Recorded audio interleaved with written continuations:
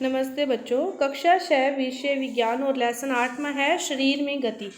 इसका अपने एक पार्ट पहले कर चुके हैं और इसका दूसरा पार्ट देखते हैं। पहले पार्ट में अपने पढ़ा था मेरु रज्जु तक कि मेरु रज्जु में कितनी कशेरुकाएँ होती है, 33 होती है। उसके जो मेरु रज्जु की जो बनावट है वो छोटी छोटी अस्थियों से मिलकर बनी होती है।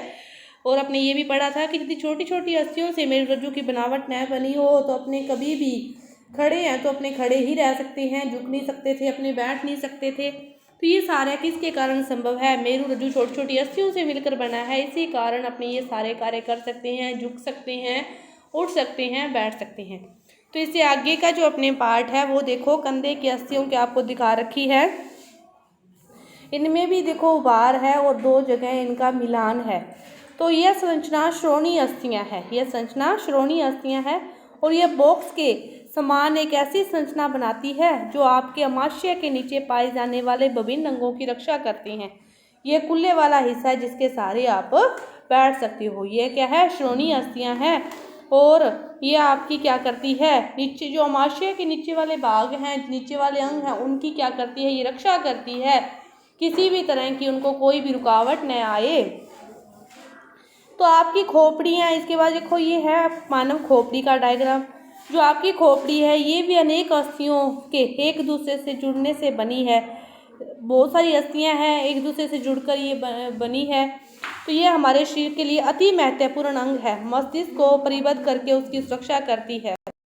यह हमारे शरीर का बहुत ही महत्वपूर्ण अंग है और ये हमारी मस्तिष्क है उसको परिबद्ध करके उसकी सुरक्षा करते हैं।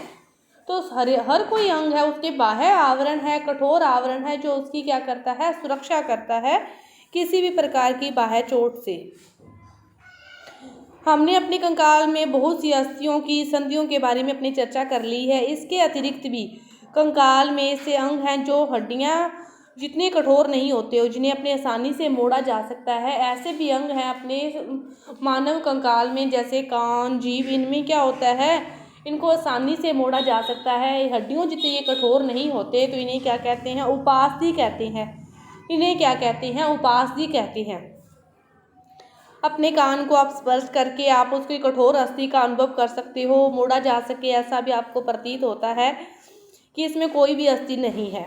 क्या आपको उंगलियों के बीच दबाने पर कर्णपली व उसके ऊपर के हिस्से में कोई अंतर महसूस होता है? तो होता है। बीच वाला भाग कठोर होता है और कान का ऊपर वाला भाग इतना कठोर नहीं होता। कान का जो ऊपरी भाग है वो उतना लचीला नहीं है जितना कि हमारी कर्णपाली है, परंतु यह अस्थि ही जैसा कठोर भी नहीं है। तो ये क्या है? उपास्थि है। शरीर की संधियों में भी उपास्थि पाई जाती है। शरीर की संधियों में भी उपास्थि पाई जाती है। हमने देखा कि जो मानव कंकाल है अनेक अस्थियों, संधियों, उपास्थियों से मिलकर बना है। कि हमारे कंकाल में अस्थियां हैं, संधियां हैं, उन सभी के मिल जुलने से ही जो हमारा जीवन है और हमारे शरीर में जो गति है वो संभव है। आप उनमें से बहुत को देखते हैं, मोड़ सकते हैं और गति दे सकते हैं। अपने उनको मोड़ सकते हैं, गति दे सकते हैं। ये सब किसके कारण संभव है? संधियों के कारण संभव है। अपनी नोटबुक में आप कंकाल का आलेख भी बना सकते हैं। तो हमने अपने शरीर की उन अस्थियों एवं उनकी संधियों के विषय में अपनी जानकारी बहुत प्राप्त की। अपने संधियों के बारे में जानकारी प्राप्त की कि कंदुकलिका संधि है, दुराग्र संधि है, अचल संधि है। ये कहाँ कहाँ पाई जाती है, किस किस भाग में पाई जाती है और इसकी गति की दिशा क्या है, इन सभी के बारे में अपनी जानकारी प्राप्त की है। इसके बाद वो क्या कह रहा है कि आप अपने एक हाथ की मुट्ठी बनाओ और मुट्ठी के अंगूठे से इसी वायु के कंधे को आप छूने का प्रयास करो। पहले तो मुट्ठी बना लो, फिर उसी मुट्ठी का जो अंगूठा है उसको से उसी वायु के कंधे को आप छूने का प्रयास करो। इस प्रकार जैसे डायग्राम में दर्शा रखा है। क्या आप अपनी ऊपरी भुजा में कुछ परिवर्तन महसूस करते हैं? तो ऐसा करने से उसमें परिवर्तन जरूर होता है, परिवर्तन जरूर महसूस होता है। तो इसे क्या कहते हैं? जो अपना उभरा हुआ भाग दिखाई देता है उसे क्या कहते हैं? पेशी कहते हैं। संकुचित होने के कारण जो पेशियां हैं वो उभर जाती है। जब इनमें संकुचन होता है तो उभर जाती है। अब आप अपने हाथ को पुनः सामान्य स्थिति में लेके आओगे तो जो संकुचित हुई थी उनमें वापस क्या हो जाता है? प्रसार हो जाता है। पहले संकुचित हो जाती है, बाद में वो क्या हो जाती है, प्रसारित हो जाती है। तो संकुचन की अवस्था में पेशी छोटी हो जाती है, कठोर हो जाती है, मोटी हो जाती है और यह अस्थि को खींचती है। जब संकुचन हो जाता है उस अवस्था में जो पेशी छोटी, कठोर, मोटी हो जाती है और अस्थि को खींचती है। किसी अस्थि को गति प्रदान करने के लिए दो पेशियों को संयुक्त रूप से कार्य करना पड़ता है। किसी भी अस्थि को गति प्रदान करनी है तो दो पेशियों को संयुक्त रूप से मिलजुल कर कार्य करना पड़ता है। जब दो पेशियों में से एक सिकुड़ती है तो दूसरी उस दिशा में खींच जाती है। जुगल की दूसरी पेशी स्थिर अवस्था में आ जाती है और अस्थि को विपरीत दिशा में गति करने के लिए अब स्थिर पेशी सिकुड़ जाती है और अस्थि को अपनी पूर्व स्थिति में खींचती है। कि दो अस्थियां संयुक्त रूप से कार्य करती है, मिलकर एक यदि संकुचित होती है तो दूसरी में विस्तार हो जाता है और यदि दूसरी संकुचित होती है तो पहली में विस्तार हो जाता है। इस प्रकार दोनों संयुक्त रूप से कार्य करती है। जो दोनों पेशियां हैं वो क्या करती है, संयुक्त रूप से कार्य करती है। इसके बाद आपको इस चैप्टर में जंतुओं की चाल के बारे में भी बताया गया है। सबसे पहले देखो केंचुए की चाल। केंचुए की चाल के लिए आपको क्रियाकलाप दे रखा है, इसको भी आप पढ़ सकते हो। केंचुए का डायग्राम भी देखो कि जो केंचुआ है वो क्या करता है कि जब उसकी चाल, पहले उसका रूप है वो आगे का भाग है वो क्या होता है, आगे पूरा विस्तारित हो जाता है और आगे का भाग जमीन को पकड़ लेता है। फिर पीछे का भाग जमीन को छोड़ता है और आगे की तरफ गति करता है और इनमें क्या हो जाता है, संकुचन हो जाता है। फिर आगे का भाग विस्तारित होकर आगे चला जाता है, जमीन को पकड़ लेता है। जब वो आगे पहुंच जाता है तब फिर पीछे का भाग जमीन को छोड़ देता है और विस्तारित इकट्ठा हो जाता, संकुचित हो जाता है और फिर आगे पहुंच जाता है। इस प्रकार जो केंचुआ है वो गति करता है, उसका पूरा शरीर ही उसकी गति प्रदान करता है, उसकी गति में सहायता करता है। इसी विस्तार व संकुचन से ही केंचुआ है वो निरंतर गति करता रहता है। इसके बाद केंचुआ का जो शरीर है वो एक सिरे से दूसरे सिरे को सटाकर अनेक छल्लों से बना हुआ प्रतीत होता है। उसके शरीर में इस प्रकार छल्ले से निर्भर दिखाई देते हैं। तो केंचुए के शरीर में अस्थियां नहीं होती परंतु इसमें पेशियां होती है। केंचुए के शरीर में अस्थियां नहीं है लेकिन इनमें पेशियां हैं जो इसके शरीर को घटने व बढ़ने में इसकी सहायता करती है। जो चलता है केंचुआ तो वो मैंने आपको बता ही दिया कि आगे का भाग जमीन को पकड़ता है तो पीछे का छोड़कर आगे चला जाता है, इकट्ठा हो जाता है, उसमें संकुचन हो जाता है। फिर आगे का भाग आगे जाता है तो उसमें विस्तार हो जाता है, प्रसार हो जाता है। इस प्रकार केंचुआ गति करता है। इसी प्रक्रिया को बार बार दोहराते ही केंचुआ गति करता है। इसके बाद अगला जो जानवर आपको है, जंतु है, वो है घोंगा। ये किसी भी बगीचे में आप इसका अवलोकन कर सकते हो। इसे कवच कहते हैं, इसे घोंगे का कवच कहते हैं और ये घोंगे का बाह्य कंकाल है, परंतु यह भी अस्थियों का बना हुआ नहीं होता।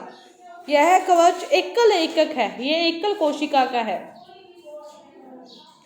घोंगे का जो कवच है ये एकक है, एकल कोशिका का है। यह घोंगे को चलने में कोई सहायता नहीं करता, यह घोंगे के साथ खींचता जाता है। ये उसको चलने में कोई भी सहायता नहीं करता लेकिन वो चलता है तो उसके साथ ये खींचता जाता है। मेन बात ये आपको याद रखनी है कि ये एकल कोशिका का है। घोंगा क्या है, एकल कोशिका का है। घोंगे को कांच की पट्टिका पर रखकर इसका आप परीक्षण कर सकते हो। ये चलना प्रारंभ करे तो सावधानी से आप कांच की पट्टिका को अपने हाथ से अपने सिर से ऊंचा उठाकर कांच के नीचे की ओर उसके चलने के ढंग का परीक्षण कर सकते हो। कवच का छेद खुलने पर आपने उससे एक मोटी मांसल संरचना सिर बाहर आते देखा होगा और मोटी जो संरचना है वो उसके पैर हैं जो दृढ़ कोशिकाओं का बना होता है। अब सावधानी पूर्वक कांच की प्लेट को एक और थोड़ा झुकाइए और पैर की लहरदार गति दिखाई देती है।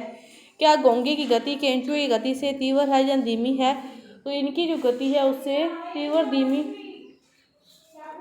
अपने नहीं कह सकते क्योंकि दोनों की जो गति है वो इसी प्रकार है, केंचुए की गति इससे ज़्यादा ही होगी। इसके बाद है तिलचट्टा। तिलचट्टा जमीन पर चलता है, दीवार पर भी चढ़ता है, वायु में भी उड़ता है। इनमें तीन जोड़ी पैर होती हैं। तिलचट्टा जमीन पर भी चलता है, वायु में भी उड़ता है, दीवार पर भी चढ़ता है। तो इसमें 3 जोड़ी पैर होते हैं जो चलने में सहायता करते हैं। इसका शरीर कठोर बाह्य कंकाल द्वारा ढका होता है और यह बाह्य कंकाल विभिन्न एककों की परस्पर संधियों द्वारा बना होता है।